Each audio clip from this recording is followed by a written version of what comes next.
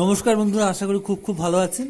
আর দেখতে দেখতে সরস্বতী পুজো এসে গেল। 14ই ফেব্রুয়ারি ওর সরস্বতী পূজা।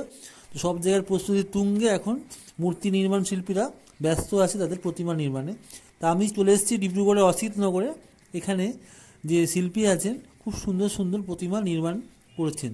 এগুলো মানে অলরেডি মাটি দেওয়া হয়ে গেছে কাঠামোর উপর, সুন্দর করে মূর্তিতে মুখমণ্ডলও বসানো হয়ে গেছে। এবার সেগুলো শুকনো করার জন্য রাস্তা রোদে দেওয়া হয়েছে। তো এখানে আমি আগেও অনেক ভিডিও করেছি দুর্গাপুজোর সময়। তো এবার সরস্বতী পুজোর সময় আজকে হঠাৎ দেখলাম, তো আমি ভিডিওটা একটু করে আপনাদের জন্য শেয়ার করে দিলাম।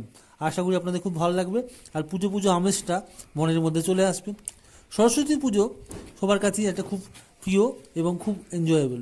আপনারা সবাই আশা করি এই পুজোটাকেও করবেন এবং উপভোগ করবেন। অনেক অনেক ভালো দেখুন। এরকম আরও সরস্বতী মূর্তির ভিডিও নিয়ে আমি আসবো আর আপনাদের সামনে শেয়ার করব। রং হয়ে যাওয়ার পরে কেমন মূর্তিগুলো দেখতে লাগে সেইগুলো আপনাদের সামনে অবশ্যই শেয়ার করব। তো আপনাদের মতামত অবশ্যই জানাবেন। ভিডিওটা আশা করি খুব খুব ভালো লাগবে। তো অপেক্ষা করুন পরবর্তী ভিডিওর জন্য। ধন্যবাদ, টাটা।